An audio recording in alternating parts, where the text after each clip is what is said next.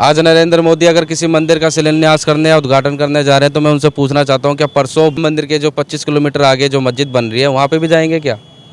आज तक मैंने नरेंद्र मोदी को किसी भी गुरुद्वारे का उद्घाटन करते नहीं देखा। आज तक नरेंद्र मोदी को मैंने किसी चर्च का उद्घाटन करते हुए नहीं देखा। क्या एक ही चीज़ बची हुई है देश के अंदर? मंदिर, केवल मंदिर।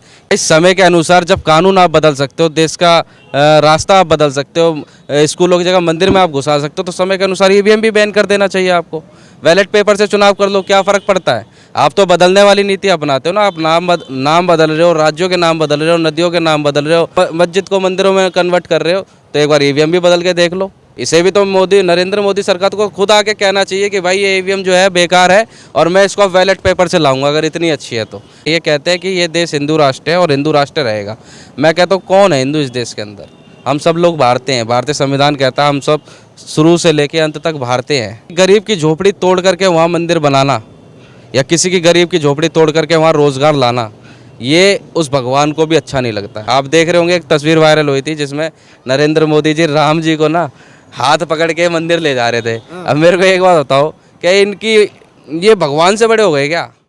नमस्कार, आप देख रहे हैं न्यूज़ डिक्शनरी। हमारे साथ बातचीत करने के लिए सचिन जी हैं। सचिन फूले आर्मी के राष्ट्रीय अध्यक्ष है और जो अभी वर्तमान की जो स्थिति है, चुनाव हो चाहे जितनी भी रैलियां निकल रही हो या हिंदू राष्ट्र की बात हो रही है, उन सभी विषयों पर आज हम बात करेंगे सचिन जी से। किस तरह से देख रहे हैं इस पूरे मामले को? देखिए, भारत में ना बहुत ही ज़्यादा मनमानी तानाशाही सरकार जो है कर रही है। 22 जनवरी 2024 को जो हुआ, संपूर्ण देश में पता है, जगह जगह धर्म के नाम पर रैलियां निकाली गई। कई मस्जिदों पे हमला हुआ, कहीं चर्चों पे हमला हुआ, कहीं किसी की सड़कें तोड़ी गई, कहीं किसी की लड़की की इज्जत पे हाथ डाला गया। ये तमाम तरह की खबरें उस दिन आई और भारतीय जनता पार्टी की आड़ में ये जो है ना लोग, ये गद्दार लोग जो है ना, जो ये हरकतें कर रहे हैं, ये पनप रहे हैं। 22 जनवरी को 1946 में 47 में भारतीय संविधान की प्रस्तावना का उद्देश्य तैयार हुआ था कि किस तरीके से प्रस्तावना रखी जाएगी, और नरेंद्र मोदी ने भारतीय संविधान को ख़त्म करने के लिए उसी डेट पे ये काम किया ताकि संविधान को ना याद करके देश को धर्म के नाम पे याद किया जाए। नरेंद्र मोदी ने 22 जनवरी 2024 को राम जन्म भूमि की प्राण प्रतिष्ठा का कार्यक्रम रखा। कहा जा रहा है कि वहाँ पे जो महंत गुरु थे, वो उनका भी विरोध था कि अभी मंदिर पूरा भी नहीं हुआ है और पहले ही प्राण प्रतिष्ठा करने। 4 शंकराचार्य, जो मैं बता दूं हिंदू रीति रिवाज को जो मानते हैं, उनके हिसाब से जो शंकराचार्य होते हैं, उन 4 शंकराचार्यों ने मना कर दिया कि हम प्राण प्रतिष्ठा में नहीं जाएंगे। उन्होंने मना करा और कहा भी क्या नाम है, हिंदू रीति रिवाज के हिसाब से अकेले कोई पूजा नहीं करेगा और ये अकेले पूजा करने आए, और पूरा विरोध हुआ। पर इसके बावजूद भी देश में तानाशाही दिखाते हुए देश को हिंदू राष्ट्र बनाने की कोशिश की गई, देश को राममय बनाने की कोशिश की गई। नरेंद्र मोदी ने आकर खुद वहाँ पे ये घोषणा की कि आज जो हमारा पूरा भारत है राममय हो गया है। मैं पूछना चाहता हूँ, ऐसे राम राज्य की क्या ज़रूरत है जहाँ पे एक धर्म को दूसरे धर्म से तुलना की जाए?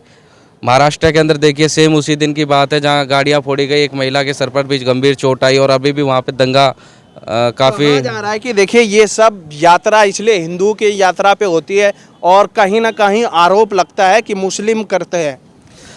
देखिए, अभी बात मुस्लिमों की है, अभी मुस्लिमों के ऊपर टारगेट कर रहे हैं। उसी दिन की बात है, थोड़ी सी दूर चर्च में भी ये झंडा फहराया गया। अभी चर्च पे क्रिश्चियनों के ऊपर भी हमला कर रहे हैं, परसों एक सिखों के ऊपर भी हमला करेंगे, नरसों ये दलितों के ऊपर भी हमला करेंगे, और दलितों के ऊपर तो वर्षों से करते आए हैं। ये चाहते ही नहीं है कि ये लोग कभी पनपे आगे बढ़े। ये कहते हैं कि ये देश हिंदू राष्ट्र है और हिंदू राष्ट्र रहेगा। मैं कहता हूँ कौन है हिंदू इस देश के अंदर? हम सब लोग भारतीय हैं। भारतीय संविधान कहता है हम सब शुरू से लेके अंत तक भारतीय हैं, तो हिंदू वाली बात कहाँ से आ जाती है इसके अंदर? और नरेंद्र मोदी तो ये चाहते ही हैं कि कोई ना शिक्षित बने, ना संगठित रहे और ना संघर्ष करे, क्योंकि वो चाहते हैं अगर ये लोग पढ़ लिख गए तो हमारे पीछे तो घूमेंगे नहीं। इनको मंदिरों में उलझाए रखो, मंदिरों में बैठाओ इनको, और वहाँ पे क्या नाम है, भीख मंगवाओ, प्रसाद बिछवाओ, चुन्नी टोपरी बिछवाओ, यही काम करवाओ, बस यही देश। बोल रहे हैं कि मंदिरों में भीख मंगवाओ, इस तरह की बात कह रहे हैं, लेकिन जो मंदिर के लोग हैं ट्रस्ट वाले, वो बोल रहे हैं कि देखिए यह अयोध्या आने वाले समय में ऐसी जगह बनेगी कि वहाँ पर रोजगार ही रोजगार होगा, देश के युवाओं को कहीं भटकने की जरूरत नहीं पड़ेगी। मुझे ये बताइए, राम जन्मभूमि के आसपास किस गरीब ने ज़मीन खरीदी है अभी तक? किसने खरीदी? वहाँ अंबानी जैसे लोग, अमिताभ बच्चन जैसे लोग, रिलायंस जैसे लोग, टाटा जैसे लोग, बड़े बड़े बिजनेसमैन, कॉर्पोरेट कंपनियां वहाँ ज़मीनें खरीद रही हैं। और वो ज़मीनें किसकी खरीद रही हैं? जो सरकार ने गरीब जनता की जो बुलडोजर चला के ज़मीन खाली करवाई थी, वह ज़मीनें खरीद रही हैं। अब रही बात रोज़गार की, तो रोज़गार ये कहाँ से देंगे? अगर 8,000 का 10,000 का रोज़गार दे भी देंगे तो उससे किसी का पेट भरता है? वो तो साफ ये कहते हैं कि क्या नाम है, 10,000 का रोज़गार करो, अगर भूख लगती है तो मंदिर में आके प्रसाद खा लो, पर वोट हमें ही दो। वही कहते हैं तेरे को भूखा नहीं मरने देंगे।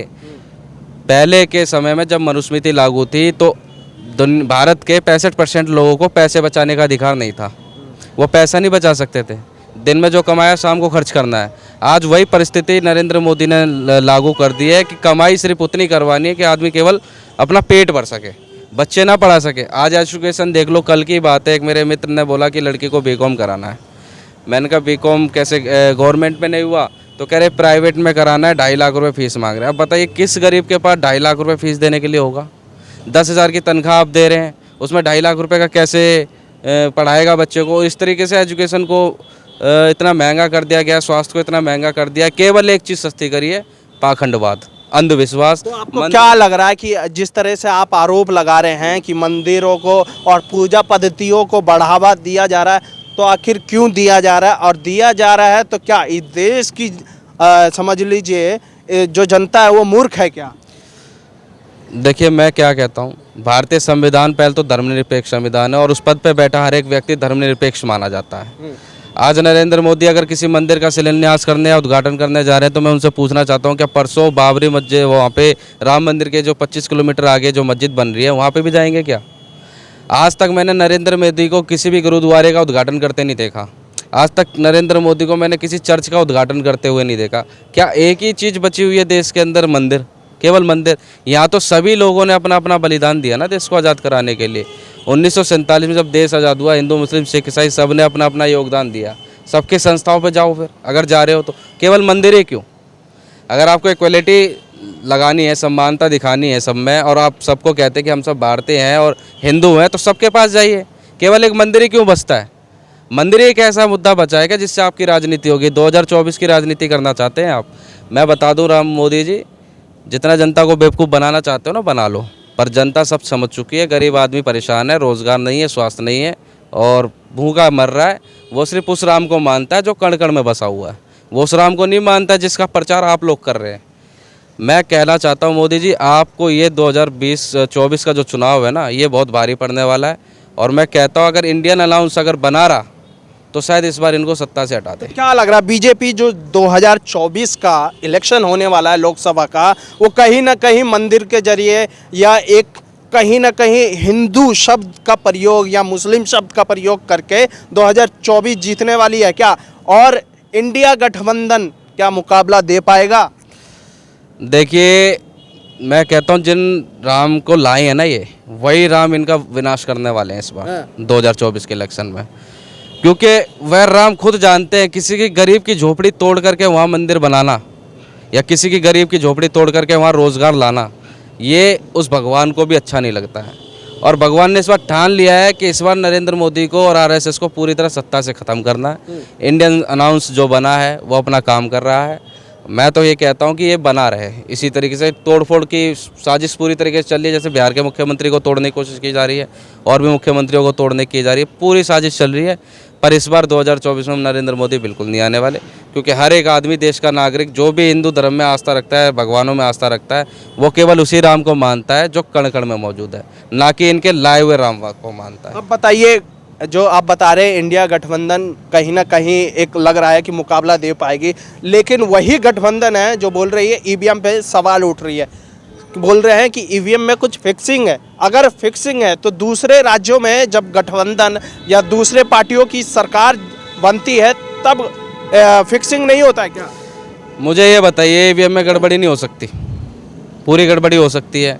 जहाँ ईवीएम बना उन लोगों ने बैन करा हुआ है, तो भारत को क्या आपत्ति है बैन करने में? अगर ईवीएम की मांग वो कर रहे हैं बैन करने की, तो मेरे हिसाब से तो बिल्कुल ठीक कर रहे हैं। भाई समय के अनुसार जब कानून आप बदल सकते हो, देश का रास्ता आप बदल सकते हो, स्कूलों की जगह मंदिर में आप घुसा सकते हो, तो समय के अनुसार ईवीएम भी बैन कर देना चाहिए आपको। बैलेट पेपर से चुनाव कर लो, क्या फ़र्क पड़ता है? आप तो बदलने वाली नीति अपनाते हो ना। आप नाम बदल रहे हो, राज्यों के नाम बदल रहे हो, नदियों के नाम बदल रहे हो, मंदिरों को मस्जिद को मंदिरों में कन्वर्ट कर रहे हो। तो एक बार ईवीएम भी बदल के देख लो। इसे भी तो नरेंद्र मोदी सरकार को खुद आके कहना चाहिए कि भाई ये ईवीएम जो है बेकार है और मैं इसको बैलेट पेपर से लाऊंगा, अगर इतनी अच्छी है तो। अगर वो भारत के नागरिकों का थोड़ा सा ही भला चाहती है ना, कि हम भारत के नागरिकों को अच्छा शिक्षा रोजगार सब देंगे, तो एक बार ईवीएम बैन कर दे। तो फूले आर्मी के अध्यक्ष क्या चाहते हैं कि 2024 का इलेक्शन किन मुद्दों पे हो?